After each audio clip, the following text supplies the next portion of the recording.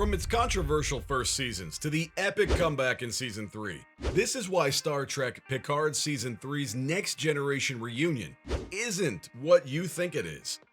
The world of entertainment has changed completely with reboots. Nowadays, it feels like every classic is going to be rebooted and turned into a sad version of the original.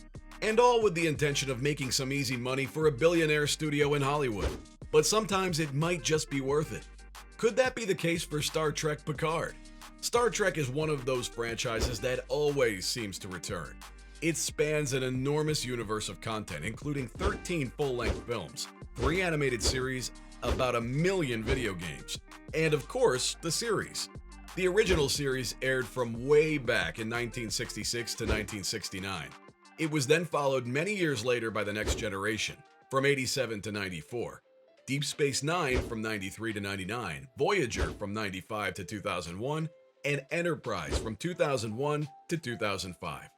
It's fair to say that none of these shows were bad, even considering the high standards of cult fans. But obviously, some were better received than others, and the first 3 are generally the most loved. However, the streaming era has brought us even more attempts to bring Star Trek back to life. Discovery was the first of these new era reboots, and although it struggled at the beginning, it's definitely improving, especially after the 3rd and 4th seasons. The most recent show, Strange New Worlds, is 1 season in, and at least so far seems to be hitting all the right buttons. Fans love the feel, the characters, and the fact that the vintage style still manages to look exciting. The show we are talking about today, Star Trek Picard, hasn't been doing so well. As the name suggests, the show focuses on Captain Jean-Luc Picard, played of course by Patrick Stewart. The character's first appearance was in the beloved Next Generation series from the 80s. The series gave way to 4 films: Star Trek Generations, Star Trek First Contact, Star Trek Insurrection, and Star Trek Nemesis.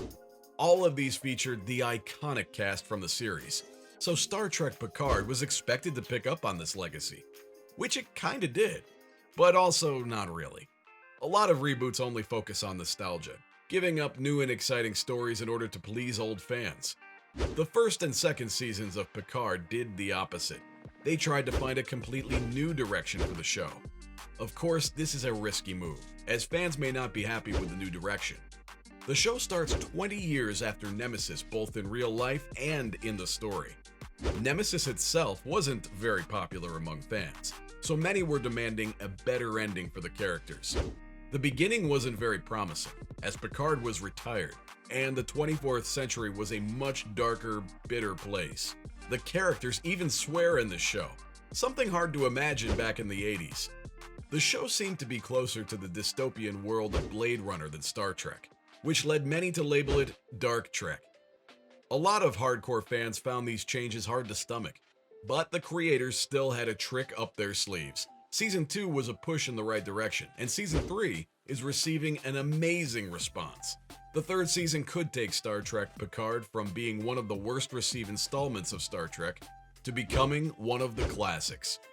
It's very much a reunion season, bringing back a substantial part of the original New Generation cast. Jonathan Frakes returns as Will Riker. Brent Spinner returns not as Data, but as his evil twin, Lore. Michael Dorn is also back as Worf. Gates McFadden is back as Dr. Beverly Crusher. And LeVar Burton returns as Geordi LaForge. Not bad at all, but a lot of fans were also hoping to see Tasha Yark, played by actress Denise Crosby. Crosby posted this message on her Twitter account during the premiere. Feeling a little left out of all the Star Trek hype for Star Trek Picard. Not invited to the premiere, but still Tasha Yar. I will not forget her. So does that mean she's returning or not? Well, the honest truth is, no idea. The showrunner, Terry Matalas, also gave a very cryptic answer on the topic. I will say, there is a nod to Tasha Yar in the season. You will see Tasha. So I guess we'll just have to watch to find out exactly what he means. Matalas first became involved in the 2nd season, but is now the show's only showrunner. He definitely had a big task at hand, but seems to be doing a fine job. Matalas wanted something new in this season, a departure from the previous 2 seasons that would allow for the dark new world to reconnect fully with its old characters. He even said that it was like a completely new show. In his words, In my mind, I would have called it Star Trek Legacy. I mean, it is truly a Picard story. He is the focus, but the spirit of it is different than seasons 1 and 2, just because of what it is. And the main difference is that this time the characters are reuniting after growing apart and losing touch for so long. Beverly Crusher kicks off the season with a desperate call for Picard to help her. Her story is key to the new season, which definitely starts with a bang. Of course, we have plenty of drama to look forward to because of the romantic history behind these two characters. The time apart has been accentuated by the first 2 seasons, making the relationships between these old friends deeper and more realistic than ever.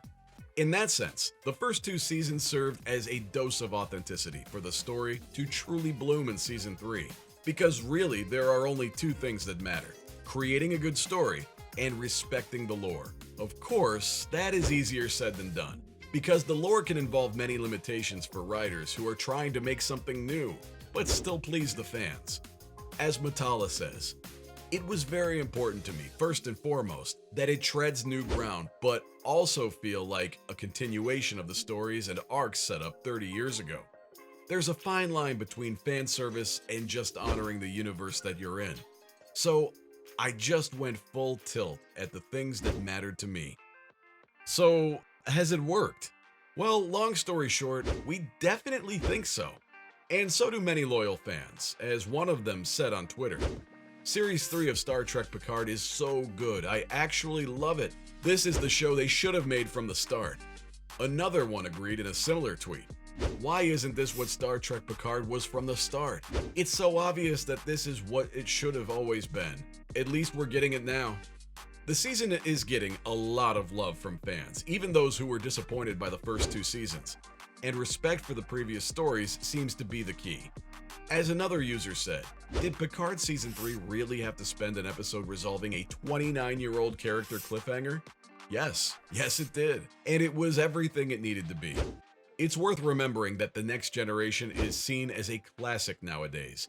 But the first 2 seasons were actually kind of messy, and weren't approved of back in the day.